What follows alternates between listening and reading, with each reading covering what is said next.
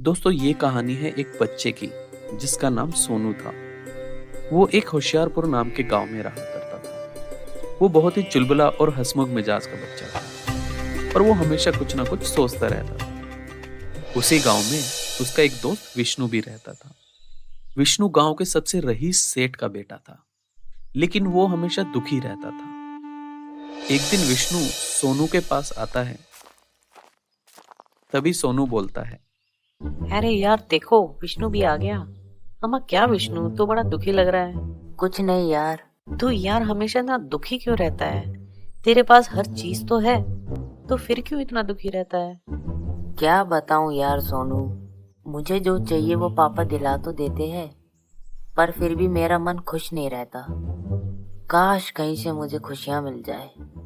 सोनू तू बड़ा खुश रहता है, तू ही बता ना खुशियां कहाँ मिलेगी। ये बात सुनकर सोनू बहुत हैरान होता है और सोच में पड़ जाता है। वो बहुत देर तक सोचता रहता है, मगर उसे उसका कोई जवाब नहीं मिलता। तभी सोनू बोलता है, यार विष्णु मेरे दिमाग में तो कुछ नहीं आ रहा, लेकिन ये सवाल मैं अपने पिताजी से पूछूंगा, शायद उनके पास इसका कोई आंसर हो। ये बोलकर सोनू वहां से चला जाता है।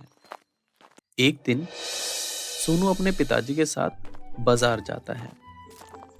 बाजार में खरीदारी करते करते उन्हें काफी समय लग जाता है। सोनू थक भी जाता है। तभी सोनू पिताजी से बोलता है, पिताजी बहुत थक गए हैं, चलो ना आइसक्रीम खाते हैं। हाँ, लग रहा है बहुत थक गए हो तुम। अच्छा ठीक है, चलो। आइसक्रीम खाते खाते सोनू के मन में वही सवाल बार बार घूम रहा होता है जो विष्णु ने उससे पूछा था कि खुशियां कहाँ मिलेंगी। सोनू मन में सोचता है, यही सही वक्त है, पिताजी से ही पूछता हूँ कि ये खुशियां कहाँ मिलती है। क्या हुआ बेटा, आइसक्रीम क्यों नहीं खा रहे हो? किन ख्यालों में खोए हो? सब ठीक है ना? सोनू अपने पिताजी से हिचकते हुए पूछता है, पिताजी पिताजी मुझे आपसे कुछ पूछना है। हाँ हाँ, पूछो ना। पिताजी ये खुशियाँ कहाँ मिलती हैं और क्या पैसों से खुशियाँ नहीं मिलती?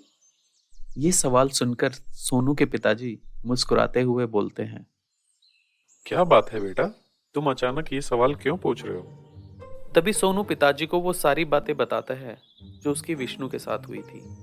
बेटा खुशियां धन में नहीं बल्कि हमारे खुद के अंदर होती हैं।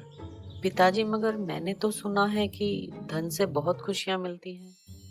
हाँ, हम धन से अपने मनपसंद और सुख सुविधाओं की चीजें खरीद सकते हैं और उससे हमें खुशियां मिलती भी हैं, मगर वो खुशी ज्यादा समय तक के लिए नहीं होती। पिताजी अगर खुशियाँ हमारे अंदर हैं तो उन्हें कैसे ढूंढना होगा? हाँ, बेटा लगता है बड़े होकर पत्रकार बनोगे तुम, बहुत सवाल पूछते हो। हाँ, अब मैं इतना भी खास नहीं। तभी पिताजी सोनू को अपने पास बुलाते हैं और उसके कान में कुछ कहते हैं।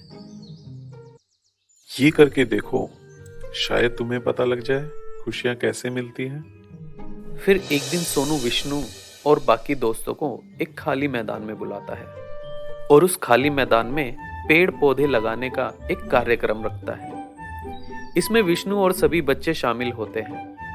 विष्णु और सभी बच्चे पेड़ पौधे लगाते हैं और रोज उसमें पानी देने आते हैं। बच्चों की ये मेहनत देखकर आसपास रहने वाले लोग भी उनकी मदद करने आ जाते हैं।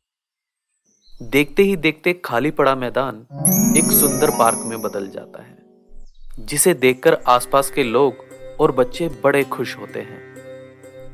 अपनी मेहनत को सफल देखकर विष्णु सोनू से बोलता है, सोनू यार आज मुझे बहुत खुशी हो रही है। तभी सोनू के पिताजी आते हैं और बोलते हैं, देखा सोनू, मैंने कहा था ना, खुशियां हमारे अंदर ही होती है, बस तुम्हें उसे पहचानने की जरूरत है। आपने सही कहा था पिताजी।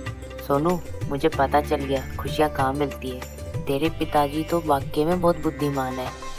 आखिर पिताजी किसके हैं?